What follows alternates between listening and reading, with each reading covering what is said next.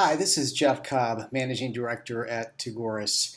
In our work with organizations, we find that one of the issues we get asked about the most and that organizations tend to struggle with the most is how to price their educational products and services. And we've published a variety of materials about this and we've run webinars on this, but we also have what we call 3 axioms or 3 essential concepts that we think every organization needs to understand if they're going to have an effective approach to pricing. So in this brief video, we're going to go through those 3 axioms so that hopefully you'll be able to take a much more thoughtful and strategic approach to pricing as you move forward. So the first axiom I'd like to discuss is that pricing really is about perception more than just about anything else. As buyers, we really aren't as rational as we'd like to think we are in how we make our purchasing decisions. We're influenced by really any number of factors that are unrelated to how much an item actually costs in hard dollar terms. And those include things like brand, the way it looks, what our peers think about it, how it compares to competing products, and that's just a few of the possible factors. And that's not really a bad thing. It just reflects that there are many different ways and different reasons that we get value out of a product. The critical point for you, as someone who's involved in setting prices, is that it's possible to influence perception. So consider, for example, what BMW has done in the automobile market. The picture here shows a top-of-the-line Honda Accord on the left and a BMW M6 Grand Coupe on the right. Now the Honda starts at around $30,000, whereas the BMW M6 starts at around $110,000. Now you can tell me all you want about German engineering, and I'm sure it's wonderful, but it's hard to convince me that the underlying costs here are anywhere near different enough to justify the difference in price. The difference is really mostly a matter of how buyers perceive themselves, the product, and themselves in relation to the product. And these types of perceptual differences are not by any means limited to high-ticket luxury items. Think, for example, of the impact that Starbucks has had on the price of a commodity item like coffee just during our lifetimes. I'd argue that both Starbucks and BMW have spent a lot of time thinking about the customer experience of driving, of drinking coffee, and they've invested in relatively low cost but high impact details that go along with that experience and that create the type of experience and the type of value perception that they want their customers to have. And arguably any organization can do that with any type of product, including education products. So as we turn to the next axiom, I'd like to challenge you to think for just a moment about what you know about how your products and services are perceived, and think, what might you be able to do to change that to positively impact value perception and to positively impact what you're able to do with pricing. So moving on to the next essential point. First, pricing is perception, but the second point is that pricing drives profit. Now, I realize that many of the people watching this presentation are going to be from nonprofit organizations, but even nonprofits generally want to be able to maximize the net revenue that they earn from their educational products. That's going to create funds that can be reinvested into other parts of the organization where maintaining net revenue may be much harder. When it comes to selling products or services, there are really 3 key variables that impact net revenue: volume, cost, and that includes both fixed and variable cost, and price. And out of the 3 of these, price is by far the most powerful when it comes to the impact that change, whether positive or negative, can have on net revenue. So if you're going to change any of those 3 factors, price is by far the most powerful one to change. So consider, for example, what the chart on this page illustrates. And it's basically that a 10% increase in price increases profit by 100%. So if you look at this, the original price is $100. We've got a new price of $110. So we added $10. That's a 10% increase. The old profit was $10 per product unit. The new profit is $20 per product unit. So that's a 100% increase. Whereas if you look at the other factors that you could change when talking about price, a 10% increase in volume, for example, only increases the net profit by 40%. Similarly, if you look at cutting cost, which is something that organizations will often go to, a 10% cut in variable cost increases profit by 60%, and a 10% decrease in fixed costs increases it by only 30%. So with each of these factors, that 10% change is going to have an impact, but out of these four factors, changing price by 10% is going to have by far the greatest impact on the net profit that you realize from a particular product. And in general, increasing price by even a small amount is just always a powerful driver of profit. In fact, on average, research has shown that a 1% increase in price will increase profit by around 11%. Now, here's a key takeaway. If you're thinking about whether to raise price, you don't have to actually raise price by very much to have a significant impact. In fact, you may be able to get good results with a price raise that your members will barely even notice. And as a related point, if you're going to discount, for example, to provide an incentive for, say, bulk purchases of your products, make sure you've done the math. Is the purchase volume that you require for a given discount going to be enough to make up for whatever you're going to lose in profit? So make sure that you're analyzing the way that price works relative to your net margins in this way. Now, another thing to look at is the impact of a price reduction, because this is often an area that organizations will go to. They may be reluctant to raise prices, even though that's such an important lever, but they may be a little more eager or think it's a little more acceptable to cut prices with the idea that that is going to increase the number of sales and thereby increase the overall revenue. But that doesn't actually work out to be the case in most instances. So, for example, with what we're showing on the screen right now, the price of a $100 product is being cut by 10%. So similar to that last slide, we're taking a starting point and then we're applying a 10% change. So let's make the assumption that by cutting the price by 10%, that results in a 15% increase in volume. So in this case, you would sell, let's say it's 150 more registrations. Let's say that this is an example for registrations for a conference.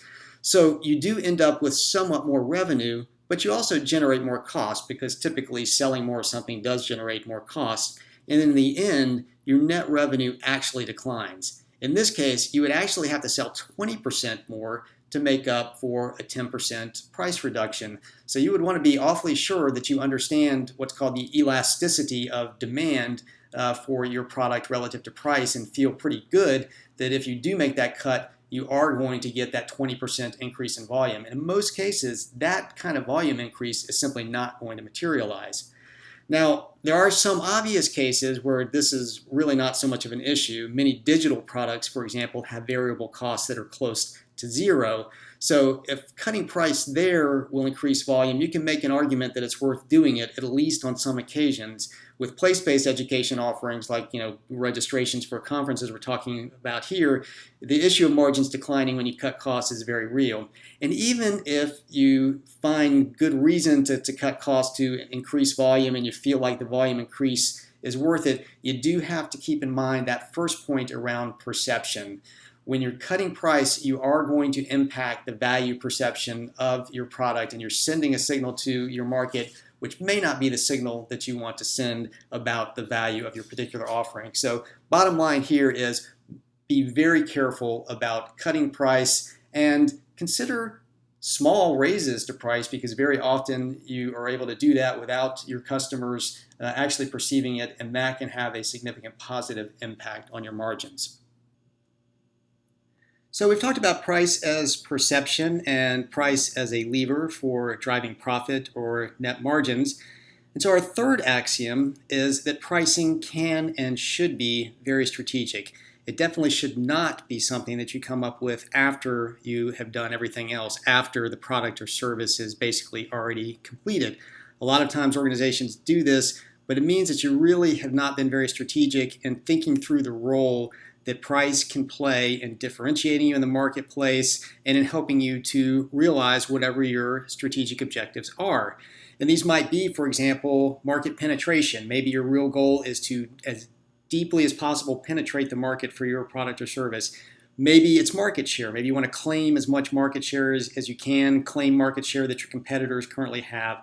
Maybe it's much more about positioning your product or your organization, and it's about differentiating yourself to the maximum extent possible within the marketplace. Any of these take into account much more information than simply what the product costs. They recognize the actions of the competition, the preferences of your customers, and the potential power of brand. How you manage price is inherently linked to how you manage your strategy and how you achieve your objectives. So one example I've come across in the work that I've done in pricing over the years is one that involves Barclay Prime Steakhouse in Philadelphia. Now, I've never been to Barclay Prime, but as you can imagine, for any steakhouse in a major city like Philly, there's going to be a lot of competition. So as a way of standing out, Barclay took a well-known Philly tradition, the Philly cheesesteak, and decided to create an ultra high-priced premium version of it. And so this sandwich that they provide, this version of the Philly cheesesteak, it features Kobe beef, so they're really high-end beef from Japan. It's got truffles. It's got other high-end ingredients in it, and it's priced at $100. $100 for a Philly cheesesteak. And this obviously makes it a novelty, and it's a bit of a tactical move, definitely, but it's also one that is very much in line with the image the restaurant wants to present and how it wants to differentiate itself in the marketplace. It's not just another steakhouse. It's a place where you're going to be able to get things like a very specialized Philly cheesesteak, where you're going to find something that's new and different. And as you can imagine, this has created a great deal of word of mouth, and it actually sells well. People often order it as an appetizer and share it. And, of course, it attracts people who want to say that they have had the experience of a $100 Philly cheesesteak, so they're going to go out and talk about it. So all in all, it's a very strategic move in which price played a big role. And I'd argue that a secondary impact here is that the high price for a cheesesteak sandwich creates what's called an anchoring effect. So people are fascinated by this product and the $100 price tag. And once they have that $100 price tag in mind for a Philly cheesesteak, and they're going to have that because that's something that stands out and that Barclays is known for. Once they have that price in mind, $50 or $60, whatever it is for a filet mignon, seems like a pretty good deal. Another impact here is that you get what we call a magnet effect. So this higher price product tends to give the ability to raise the price of lower price products. So you put something at a very high end of your price range, it's going to give you the potential for raising the price of your lower price products without that being perceived as such a big deal. So in your own world, think about the impact of having some very high-end premium education products on your menu or your catalog.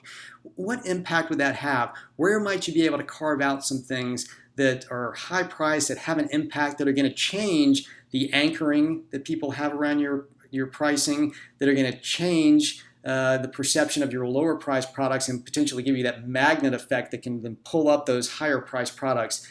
But most importantly, make sure you're thinking about pricing as strategic. Make sure you're thinking about it from the very beginning. And is it something that's going to help you with penetration? Is it going to help you with market share? Is it going to be positioning, differentiation?